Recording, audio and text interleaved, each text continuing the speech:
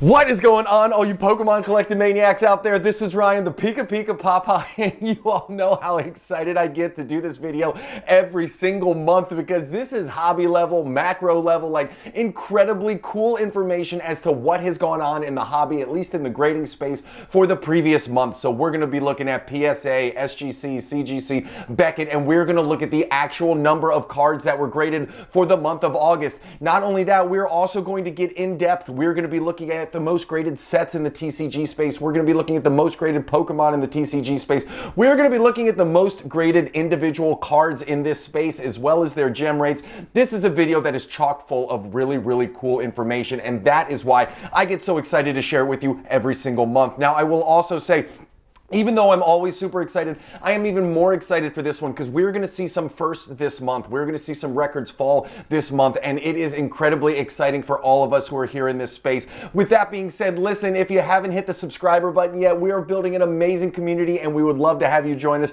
So hit that subscribe button. If you have questions or comments, drop them down below. And as always, if you like what you see, give us a thumbs up. Those three small things go a long way in helping my small channel out. It lets me know you appreciate the work that we put in here in the PikaPikaPapa space. So without further ado, let's get into it because there's all kinds of cool stuff for us to talk out. Now, I said there were going to be some records that fall, and I was not lying because guess what? Last month, PSA graded 1.3 million cards in total, which is up 18% month over month, up 38% year over year, and that is a brand new record at PSA. That is right. In the month of August, PSA graded more cards than they have ever graded in a single month in the history of PSA, which is incredibly, incredibly exciting because, as we always say, a strong cardboard market is good for all of us in this space. Now, SGC has had two strong months in a row here, 2 months of good month over month and year over year performance. They were up 25% this month and up 58% year over year, which is really, really cool. Now, Beckett is at their highest grading volume since January of 22. You guys know how much I love Beckett. I love the memories I have of going and checking the mailbox and getting my Beckett magazine. So to see them have a good, strong month where they're up 31% month over month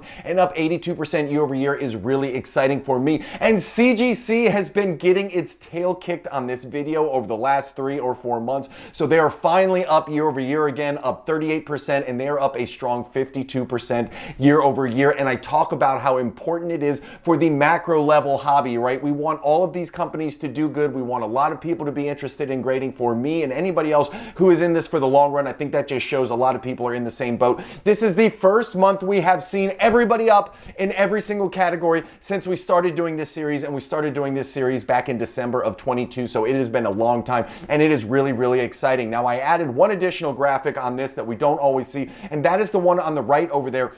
That is specifically the grading volume for TCG and non-sports. And look at all of the strong grading returns in all of these segments in PSA, right? The TCG space is up 3% month over month and up 84% year over year. We're going to talk a little bit later on why I think that's happening. But overall, that is really exciting. CGC is up 69% month over month. They're down 6% year over year in the trading card space, but still a really strong month over month performance. Beckett just absolutely blew it out of the water in the TCG space, up 28% month over month and up 236% year over year.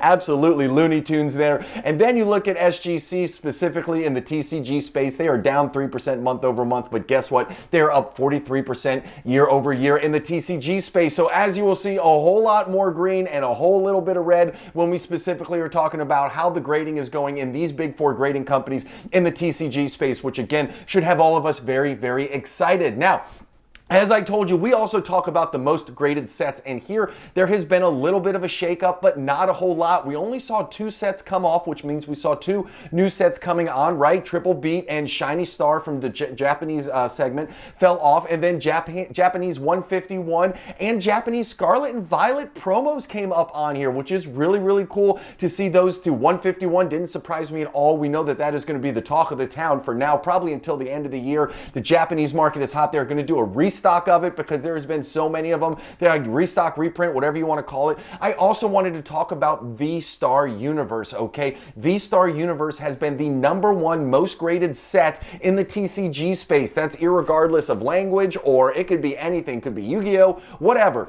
Any TCG set, the V-Star Universe has been the #1 most graded set And there's also a reprint coming of that, right? They're going to be reprinting 151 and they're going to be reprinting V-Star Universe. Now you will see here that not only do we have the names of the sets, we also have their all-time grading. So if you look at that, for V-Star Universe, there has been 235,000 V-Star Universe cards graded. In the month of August alone, there was 41,000 V-Star Universe cards graded. And I know a lot of people love the set. It's a beautiful set. It's a stunning set. So we're just going to have to figure out as collectors and investors and hobbyists, like how much is too much of a set being graded, because this is just getting to be crazy, especially since we know the PSA Japanese grading center is open, especially since we know that there's more V-Star Universe coming down the pipe. It is going to be really interesting to see, how this performs in the long run. Now, there are a couple of English sets on here, but Japanese cards have absolutely ruled this set for the last couple months. 8 of these 10 top spots are Japanese cards. We do have Crown Zenith up here. Woot woot. You guys know I love Crown Zenith. And also there's going to be a small restock or reprint of that coming in October in order to make sure the market has plenty of that for the holiday season. And 1999 Pokemon game is also on here. Now, we see that on here a lot. The thing that I want to call out is this 1999 Pokemon game. That includes First Edition, this includes Shadowless, this includes base sets. So all of those different 1999 Pokemon game sets are lumped into one. And the interesting thing, and I talked about this in last month's video, there has been 706,000, right? We'll round it up, 706,000 1999 Pokemon game cards graded. Again, remember that includes all of those sets. And again, there's been 235,000 V-Star Universe Ultra Modern cards graded. Really interesting stuff. It is going to be interesting to see if Japanese cards can continue to gain this momentum. They can continue to dominate this list as we move forward. But with that being said, listen, now we're going to look at the most graded individual cards, which is really fun for us to look at every single month. So as always, Ultra Modern rules. We usually see this happen. It's usually this year, 2022, 2023, we see a lot of those cards up here. Now, the other thing is this is a back-to-back month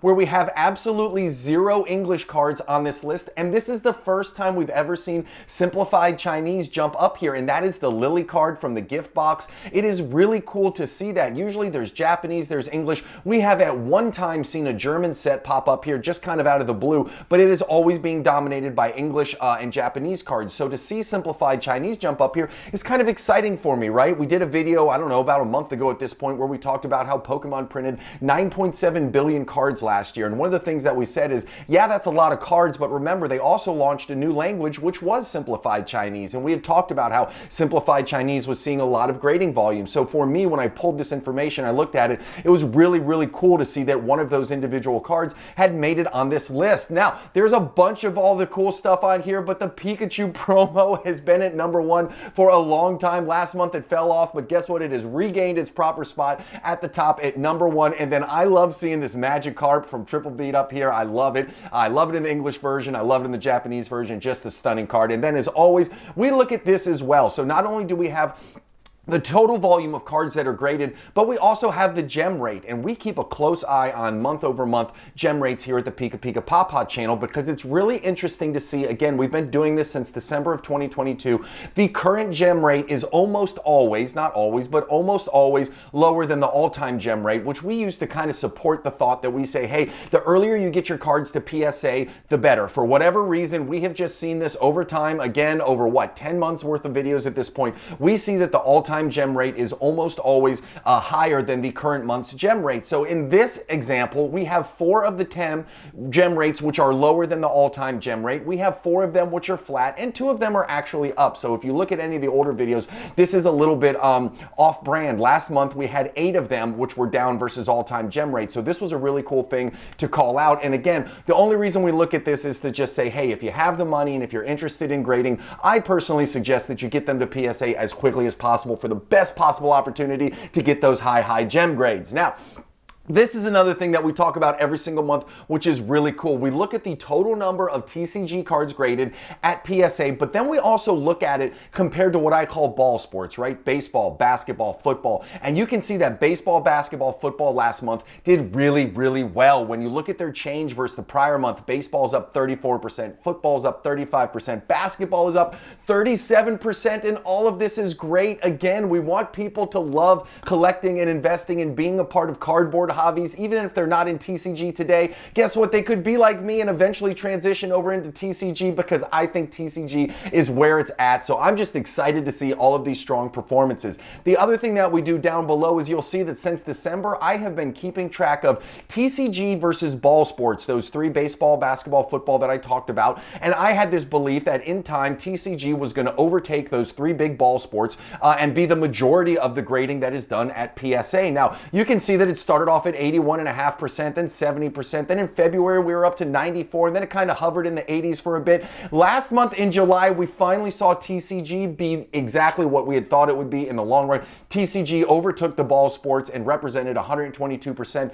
of all of those ball sports being graded. Now, guess what? In August, we saw it come back in line a little bit, right? Baseball, basketball, football did really, really well, which again is a good thing. TCG did really well. They were up 3%, but the ratio has come back down. So now baseball, basketball, football had more graded, and TCG represented about 93.4% of that. Again, a super strong showing for TCG. I think that is nothing but awesome for us in this hobby. So this is a metric that I really think is cool, and I can't wait to continue to see how this expands as the months and years go on. We always look at the most graded Pokemon, and we use this in a lot of the videos on this channel. We have seen a strong correlation in price appreciation and Pokemon or trainers or whoever ends up being on this list. We've seen it with Marnie, we've seen it with Umbreon, we've seen it with Giratina. Like, we have seen this time and time again over the almost year that we've been doing this. Now, this is the 2 months in a row where Charizard has come in second place. Up until last month, Charizard has always been cemented at number 1. Last month, Pikachu took the top spot. This month, Pikachu took it again, and it is by a wide margin. It is incredible to see. Not only did Pikachu end up number 1 last month, but this month they're up 31% compared to July, which is crazy. Now, we talked about the trainers being on here because we hadn't seen that a lot in the past either. Yes, we saw Elisa drop off this list, but guess what? We still have Lily, we still have Marnie, which is really exciting. I think that is an awesome sign of things to come for the trainer space. We'd like to see them on here because, again, when we see a lot of volume there, that means a lot of people are interested in it and they think that there's long-term value in there. We talked about Zapdos. Zapdos had always been on here. It fell off last month, but guess what? Since Elisa's Sparkle dropped off, Zapdos is back on here. I love it. Giratina is another one we've been keeping a close eye on. It took a few steps back and Venusaur popped up, but guess what? It is still on this list. So really cool to use this, and I personally always, when I'm thinking about long-term investing and collecting in this space, I like to get the biggest names, and these are the biggest, baddest names in the TCG space right now. Now, again, we look at this data, which is really, really cool. So this is the gem rate by era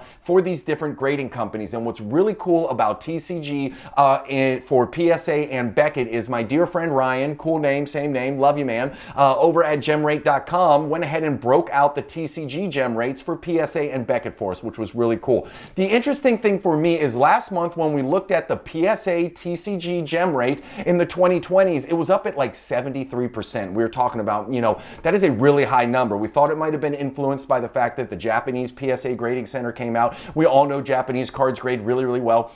So we thought that might have given it a list. This month, it has come back down to 61.2%, okay, which is not bad, but we did see the 2010 rate skyrocket. It was in the single digits last month, and it's up to 18.7% right now, which for me, overall, when you think about a gem rate for an entire era for all of the cards that were graded last month in the 2010s, 18.7% gem rate, that is just not a high gem rate. So even though it is up month over month, I don't consider that anything crazy. That doesn't give me any pause. Like, I don't think PSA's out there just handing out Gem Mint 10 slabs in the TCG space in that 2010 era. I just think that's normal. So I was happy to see that normalize. I was actually happy to see their gem rate for the 2020s come down as well. Now, it was interesting too because that TCG space in Beckett in the 2020s is all the way up at 65.3%. Now, I have had some incredibly smart people out there who've commented and they've said, hey, listen, people who submit to Beckett, they're probably trying to get the black label. So they are sending the best of the best to Beckett because listen, a Beckett 9.5 doesn't excite me. It doesn't excite a lot of collectors,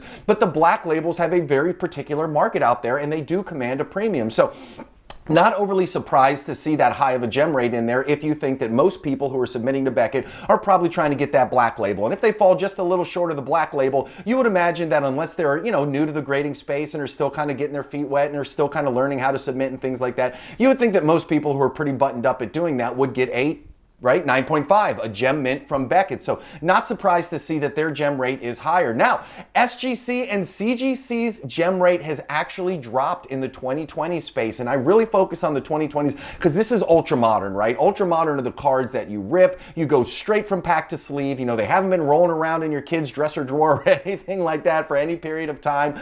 So that is where I really get interested to see. And to see CGC come all the way down to 30.5% is very interesting. Now, this can be cyclical. These numbers can be high, they can be low, so we'll just keep an eye on that next month. No reason to hit the panic button at CGC, but it is an interesting point and something for us to keep an eye on moving forward. And SGC coming in at 50% for that ultra modern in the 2020s feels just about right. So again, this is really cool stuff that we get to look at and talk about here that nobody else does. So next thing right here, look at the TCG cards graded by month at PSA. I always think this is incredibly important for us to kind of trend line this out over the years to see how the overall TCG grading space is doing. And when you look back at January of 2022, they graded 213,000 TCG cards at PSA. And now in August, they've graded 532,000. Even looking at August of 2022, so if you just want to do straight year-over-year comparisons, right? Look at August of 22 at 275,000. This month at 532,000. It is just absolutely, for me, it's exciting, it's encouraging, it's crazy. It's all of those wonderful adjectives that go to describe what is going on in our space right now. I know there's a lot of people who are talking about prices normalizing, which is to be expected after that big pandemic pump. But when I see stuff like this, I get even more excited. Now, the thing that I'm interested in too is, listen, the Japanese PSA grading center, like that is not something that we should take lightly. It's not a bad thing. But the fact of the matter is, I'm sure there's a lot of people in Japan who wanted to have cards graded and they were facing a lot of roadblocks, right? You had to ship them overseas. I'm sure that there was a super long turnaround time. I've never had to do it, so I don't know. But the fact that they can do it now, I think is definitely adding a whole lot of strength to this overall TCG grading space. And again, just as interested as I was in the Japanese cards, I'm going to be keeping a very close eye on the simplified Chinese to see how that impacts us in the long run. We saw one single card that made one of the top 10 lists this month. Be very interesting to see what next month and even future months look like and see if simplified Chinese continues to make an impact on our awesome hobby. Now, with that being said, this is the final chart that we always look at here. Again, a record month for PSA. It is absolutely crazy. Yes, it was a narrow win. Yes, it was barely up, but up is up. You know, I know the CEO of PSA has come out and said, hey, we want to grade about 1.25 million cards per month, just shy of goal, but still a very, very impressive number. Now, in the Discord, we've been talking a whole lot about our recent PSA submissions, and we're kind of feeling that volume, right? Like, I got to this point where I was a little spoiled. I send a submission through about every single month and my cards were turning around in 4 or 5 weeks, and I do that value bulk submission. Now my cards have just absolutely hit a hard stop at PSA. So down there I'm showing you on 6/30, that's the date they received them. They received a bucket of cards from me on 6/30, and from 6/30 till now it has only made it to stage 4, and then on 7/27 they received my next submission and it just reached stage 3. It was at stage 1 up until last week. So it's spent about a month at stage 1, which is just the receiving stage. And then of course the one I just sent through, they received on 8/30. That's at stage 1 as well. Now, when you think about value bulk, like it's going to take, 45, 90 days, something like that for it to turn around. I'm not hitting the panic button. It's not a big deal. But I do think that because we're seeing these record number of submissions, these record number of cards being graded, it's taken just a little bit longer. The other thing that I think is really, really cool is we need to start looking at comp volume, right? So if you own a business and you have one store that makes $1,000 a month and you open another store, so now you have 2 stores and they make $1,000 a month, like that's not good because you're not growing. You want to look at comp sales. So you want to say, okay, store A was making $1,000, is still making $1,000. Now I've opened store B and we make $2,000 total. I tell you all of that because for me, I want to make sure that, listen, PSA has opened this new grading center in Japan. It'd be really cool for me to be able to say, okay, listen, like English cards are at the same rate, or English cards are going down, which is being offset by an increase in Japanese graded cards. I think that'll be something that we have to keep an eye on moving forward, because at the end of the day, well, I don't really care what is being graded, but for me, it gives me some indication indication as to what's going on in the individual language market. So if English grading is coming down and Japanese grading is going up through the roof, that tells us one thing, but if they're both steady state, then that tells us something else. So that's something I'm going to take away from this, and I'm going to do some research in. But listen, this is such an incredibly cool video. I have so much fun doing this every single month. I know it's a ton of data to digest, but if you take the time to do it, it helps us play chess when everybody else plays checkers. If you've made it to the end of this video and you haven't hit that subscribe button yet, what are you doing? Hit that subscribe button, join this amazing community. Questions or comments, drop them down below. And as always, if you like what you saw, give us a big old thumbs up. I appreciate you, and you all have an epic one. See you, everybody.